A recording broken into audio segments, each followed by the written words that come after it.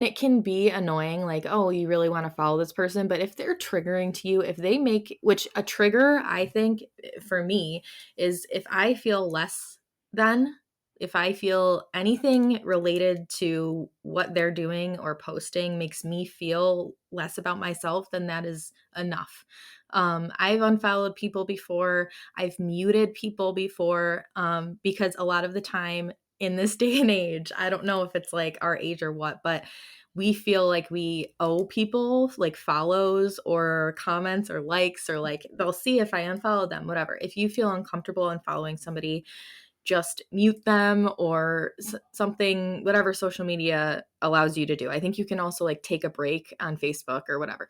So, yeah, that is such a good point. So in-person relationships as well, of course, and then online is super important. So, and like back to the therapy thing, it's a lot of work. Like when you go to therapy, it's going to be a lot of work, and um it's definitely worth it. I always say it's like a maintenance thing because you don't want to wait until you're in crisis. You don't want to wait until you need to see somebody, and there's a million reasons why not to wait until that, because unfortunately, it could take you forever to get into a therapist. You could not connect with the first one, and not even be honest with them or whatever it is. Because therapy, it's like connecting, it's like a friend. You need to, click. Did you have a hard time finding a therapist that worked for you, or did you hit the lottery on the first time? Yeah, I mean, I have had therapists that I haven't clicked with before. I've had Yeah. therapists that, I absolutely loved and like would I have loved to stick with them? Yes, but like they had other things, I had other things. So ultimately, like I've had a few different therapists, and I've had therapists who like I never want to go to therapy again. But it's also you have to find the right balance with someone. It's like a partnership. It's like Mm-hmm. finding like you said, a best friend because Yeah. you're not going to click with everyone. Right. So I have a therapist now who I absolutely adore. She's great. And thankfully I found her, like when I was looking for a new therapist, I found her right away. But ultimately they are going to have different styles when it comes to therapy. So I encourage anyone that is looking for a therapist, if you do go to therapy and the first person you get you don't click with, that's okay. Yeah. It's okay. Yeah. You don't have to click with them. The first Mm-hmm. just might be, you know, finding someone else. But Mm-hmm. yeah, no, definitely finding a therapist can be really difficult. Yeah, and it feels overwhelming. You're like, okay, well, if I want to go to therapy, but I don't really feel like waiting to like see somebody. That's a mindset that I've had in the past and I still have. But anyways, so I've been a therapist hopper. So I am definitely proponent of getting that feeling the first time. Usually the therapist will also do the same thing. One of my therapists was like, we're going to see if we work together. Like sometimes they don't come out and say that, but one or two of them actually did say that to me, like, I'm trying to feel out if we're a good match too. It's not just you going into it. And one of the reasons that you want to connect with this person is because this is a really good opportunity to spill completely, like let all of it loose, and you want to be able to do that. You want to be able to trust the person, and you want to feel like there's no judgment.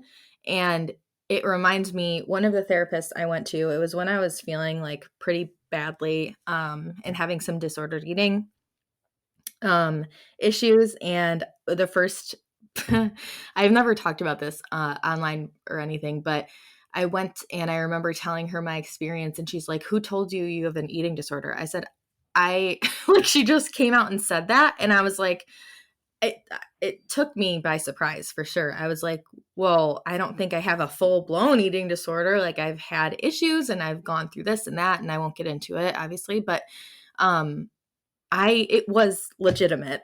And that is a huge problem and a huge red flag in a therapist is like, what's the word? Like, Illegitimize the way yes, that, yes, yeah, exactly, exactly. the And way that like, you're feeling. exactly. And it doesn't, and that's like one of the things I want to drive home is you don't have to feel like you're bad enough to see therapy or to feel like you're struggling with something. And I just had a psychology she's a doctoral candidate, so she's about to be a doctor of clinical psychology. And we were talking about all of this stuff and mental health and seeking help.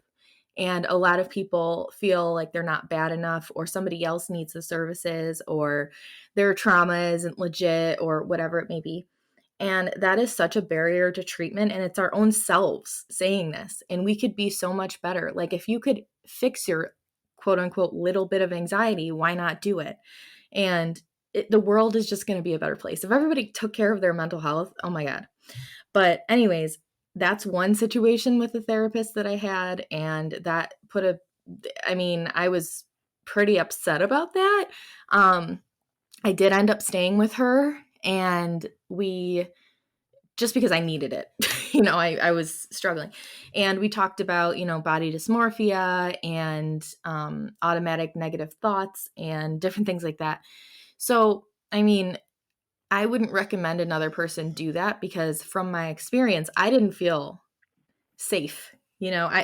Safe as in like safe to share everything and explain how I really was feeling. And then another therapist actually was like, I told her about a situation that happened, and she was like, "Yeah, you don't sound very good in that light." So that threw me off too. So you will run into these issues if you choose the wrong therapist. So definitely listen to your gut and go with a person who you feel comfortable with. And then to not like be so negative about it, I found great people. This person that I was seeing during my pregnancy was amazing, and it's worth it. And all of this to say, it can be hard to find the right person, but it's worth it, and it can be a lifelong partnership with that person. So it's a little bit of struggle to find the right person is worth it in the long run. But yeah, so what I was going to say too is, did you ever feel like you weren't quote unquote bad enough, or you felt like maybe you were comparing yourself to other people who you felt had it worse or were struggling more? Mm-hmm. Yeah. When it came to getting help, so I can tell you I've struggled with disordered eating since I was the age of 10. It's a Mm, long time. yeah. I didn't get help until I was 24, 25. So 10 years living with this. Mm, And I can tell you, I probably, if I had, had seek treatment from a very young age, I would have been diagnosed. It with an eating disorder is the disordered eating can just run so rampant once mhm, it starts from a very young age. You don't know any different growing up. So I like just like looking back and thinking like, oh my gosh, like, but I remember once when I was younger, and it's probably like maybe 15. I remember talking to someone and saying, hey, I think I'm struggling with an eating disorder. And they said, well, are you throwing up? And I said, no. And they're mhm, like, well, you don't have an eating disorder then. And I was like, mm, what? I just remember thinking, like, just feeling so defeated and so, yeah. you know, Yeah. just lost. You go to someone that you think you can trust, and Mhm, um, you know, you're told, oh no, you're fine. Um, and that is not, obviously that is one eating disorder that does, have purging and like throwing up as one of their symptoms. But that is not all eating disorders. mhm, Um, I was diagnosed with a binge eating disorder, mhm, and um, and it's uh, it's it's different. It's not taken as seriously as many, as anorexia would be, right, but it's right. just as serious. Mhm, You know, so never stop looking for help, um, because eventually you will get someone who will be wanting to help you. mhm, At the end of the day, I ended up having to go to the doctor years later and saying, I need to seek treatment for this. I don't know. And so they basically did like a little checklist of things. I mean, obviously, healthcare in Canada is very different than in the US. Um, but essentially, I went to my family doctor. We went through a checklist. She was like, okay, I'm going to set up a referral to this eating disorder program that's in the town I'm from. It was all over Zoom, which was different because it was COVID. Yeah. But ultimately, it ended up really helping me um, seek the treatment that I needed and the help that I needed. And ultimately, I'm in a much better place for it. But there are a lot of struggles that are going to come um, with recovery.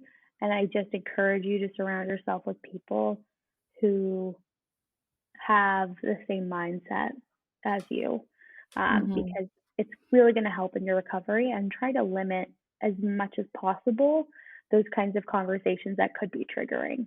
Mm-hmm. Um, you know, family can be very triggering. Mm-hmm. Um, and depending on how they talk, I just like to keep it light, fluffy, and I try not to dig into it too much, Mm-hmm. um, because I don't want the conversation to continue. If you feel like you can have those kinds of difficult conversations with family and not get confrontational, that's Mm-hmm. amazing. I just personally tend to avoid those conversations, Yeah. just because I don't want to inflame the situation just for my own mental health. If that makes Yeah. sense. Yeah. Oh, yeah. It's we can put a lot of things on other people, but at the end of the day, we need to be the people taking responsibility for our own boundaries and knowing what we can and can't take. And unfortunately, especially with family, I'm assuming you're mostly talking about the older generations, and a lot of the time there's just ignorance around it, or like words that used to be said just aren't said anymore. And for whatever reason, millennials and the younger generations now, we're being like labeled as like woke or whatever for like having these conversations and labeling ourselves as having a mental illness and not being afraid of that, when you are comfortable doing that. But it's I think that's so funny, the word woke, because it's I, just like, woke is not a bad word. exactly. It's all of these words just get a mind of their own. And I think instead of that, like, what would I say? I would just say more like confident almost, or more informed, more open. And it all is just on the same trajectory as like social media and how many people are on social media, how many resources, like people who are having these misconceptions or feeling some type of way about all of this, they didn't have the access or knowledge or exposure. So it's not their fault, but I think a lot of the time it's their fault for um not taking it upon themselves, or just the way that they present these things. I think there's a lot of ignorance. And back to kind of what somebody said to you about, well, if you're not doing this, you don't have an eating disorder.